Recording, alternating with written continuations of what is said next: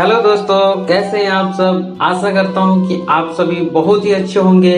तो दोस्तों, हमेशा की तरह आज फिर से लेकर आया हूं एक बहुत ही अच्छी और सीख देने वाली कहानी, जिस कहानी का शीर्षक है तीन नन्हे सुअरों की कहानी।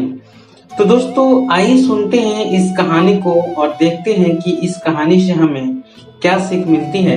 तो चलते हैं कहानी की तरफ। एक जंगल में तीन नन्हे सुअर अपनी माँ के साथ रहते थे। कुछ समय बाद जब वो बड़े हुए तो उनकी माँ ने उनसे बोला, मेरे प्यारे बेटो, तुम तीनों अब खुद को देखभाल कर सकते हो और खुद के दम पर अपने जीवन भी जी सकते हो। इसलिए अब मेरी ख्वाहिश है कि तुम तीनों इस जंगल से बाहर जाओ, दुनिया घूमो और अपनी मर्जी से जिंदगी को जियो। अपनी माँ की बात सुनकर तीनों सुअर अपने घर से निकले और शहर की तरफ जाने लगे। कुछ दूर चलने के बाद वो एक दूसरे जंगल में जा पहुंचे। तीनों सुअर काफी थके हुए थे। उन्होंने सोचा कि क्यों ना इसी जंगल में एक पेड़ के नीचे बैठकर कुछ देर आराम कर लिया जाए। फिर तीनों वहीं आराम करने लगे। थोड़ी देर आराम करने के बाद तीनों भाई एक दूसरे से अपनी आगे के जीवन की योजना बनाने लगे। पहले सुअर ने सलाह देते हुए कहा, मुझे लगता है कि अब हम तीनों को अपने अपने रास्ते जाते हुए अपनी किस्मत को आजमाना चाहिए।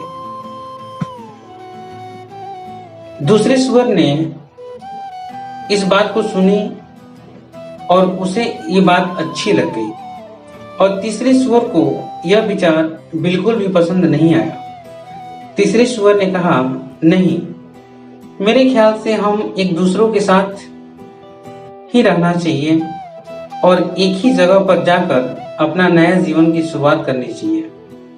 हम एक दूसरे के साथ रहते हुए भी अपने अपने किस्मत को आजमा सकते हैं।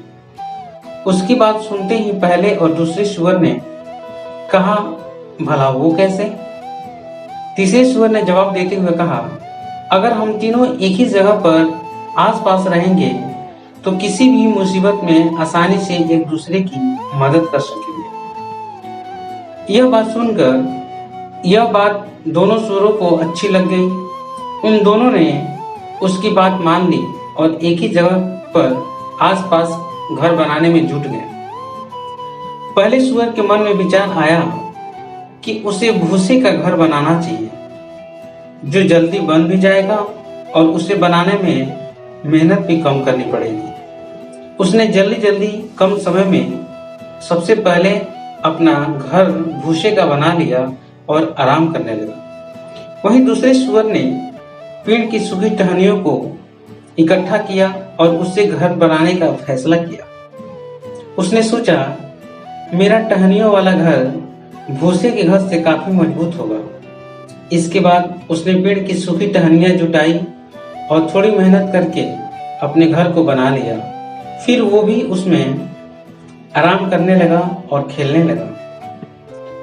दूसरी तरफ तीसरे सुअर ने काफी सोच विचार के साथ ईंट पत्थरों से घर बनाने का निर्णय किया।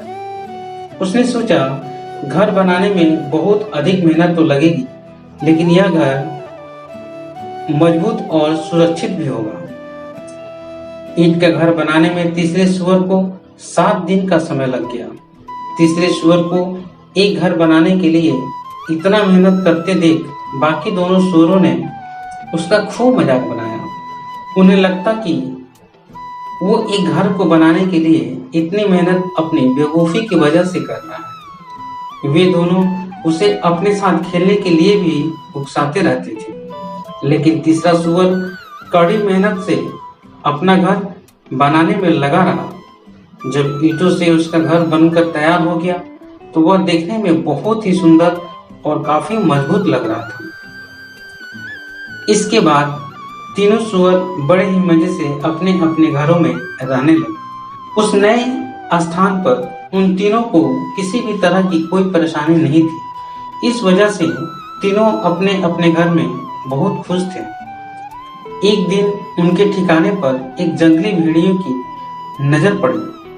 सुअरों को देखकर उसके मुंह में पानी आने लगा। वह तुरंत उनके घर की तरफ आगे बढ़ा।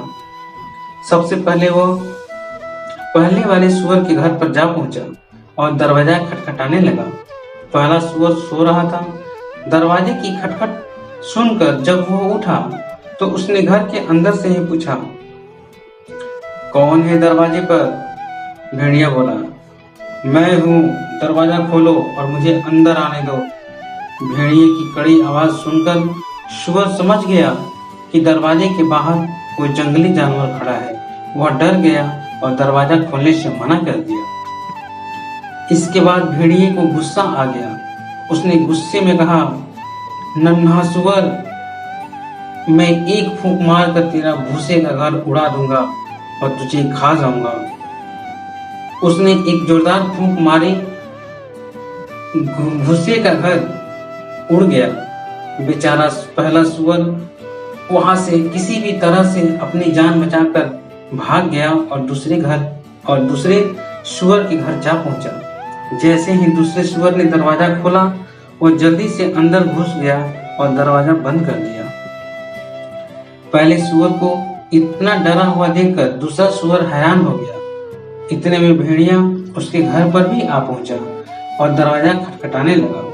भेड़िया फिर से बोला, दरवाजा खोलो, मुझे अंदर आने दो।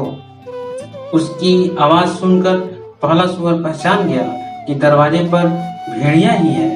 उसने अपने भाई से कहा, भाई, तुम दरवाजा मत खोलना, यह एक जंगली खूंखार भेड़िया है जो हम दोनों को खा जाएगा।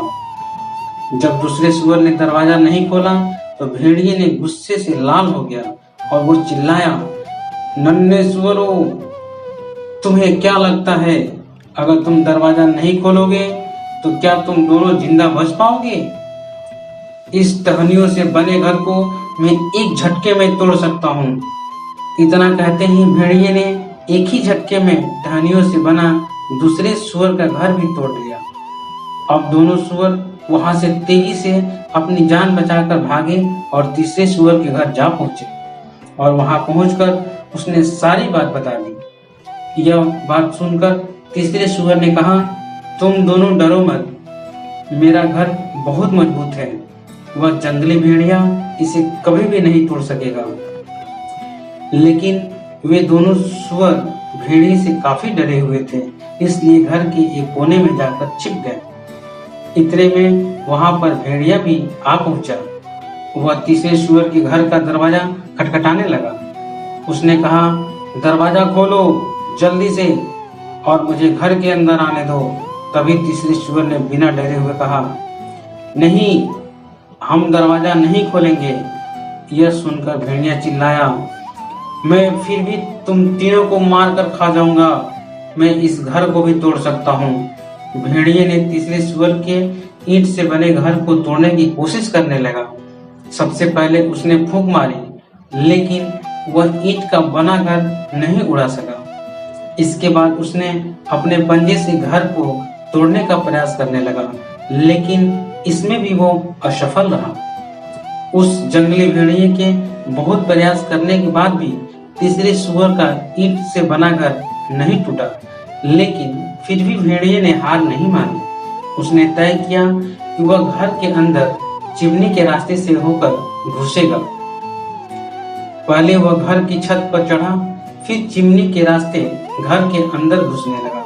चिमनी के अंदर से आ रही आवाजों को सुनकर पहला और दूसरा सुअर और भी ज्यादा डर गए और रोने लगे। तभी तीसरे सुअर को एक तरकीब सूझी। उसने चिमनी के नीचे आग जलाई और एक बड़े बर्तन में पानी भरकर वहां उबलने के लिए रख दिया। भेड़िए ने जैसे ही चिमनी के अंदर से नीचे की तरफ छलांग लगाई, वह सीधे उस उबलते पानी में गिर गया और उसकी मौत हो गई। इस तरह तीसरे सुअर की बुद्धिमानी और निडरता से तीनों सुअरों की जान बच गई। फिर पहले और दूसरे सुअर को अपनी अपनी गलती का एहसास हुआ। उन्होंने कहा, भाई, हमें माफ कर दो, हमें तुम्हारा मजाक नहीं बनाना चाहिए था, तुम बिल्कुल सही थे, आज तुम्हारे कारण ही हम दोनों जिंदा हैं। तीसरे सुअर ने उन दोनों को माफ कर दिया और दोनों को अपने ही घर में रहने के लिए कहा। इसके बाद तीनों सूअर खुशहाली से एक ईंट से बने मजबूत घर में रहने लगे। मोरल ऑफ द स्टोरी, दोस्तों हमें 3 छोटे सूअरों की कहानी से यही सीख मिलती है कि हमें कभी भी दूसरों की कड़ी मेहनत का मजाक नहीं उड़ाना चाहिए, साथ ही खुद भी कड़ी मेहनत करनी चाहिए और अपनी सूझबूझ से ही कोई फैसला लेनी चाहिए। Thank you. तो दोस्तों इस कहानी को सुनने के लिए बहुत बहुत धन्यवाद। दोस्तों अगर ये कहानी आपको अच्छी लगी तो इस कहानी को आप लाइक करें, शेयर करें। साथ ही साथ अगर आप चाहते हैं कि ऐसे ही प्रेरक और सीख देने वाली कहानियाँ सुनते रहें और अपने बच्चों को भी सुनाते रहें जिससे उनका मानसिक विकास हो सके, तो आप मेरे इस चैनल को सब्सक्राइब कर लें और साथ ही साथ बेल आइकन को भी प्रेस कर लें ताकि मैं कोई भी इंफॉर्मेटिव वीडियो अपने इस चैनल पे अपलोड करूं जिसका नोटिफिकेशन आपको सबसे पहले मिले। तो दोस्तों अब आपसे विदा लेता हूं और मिलता हूं एक नए कहानी में। तब तक के लिए जय हिंद, जय भारत।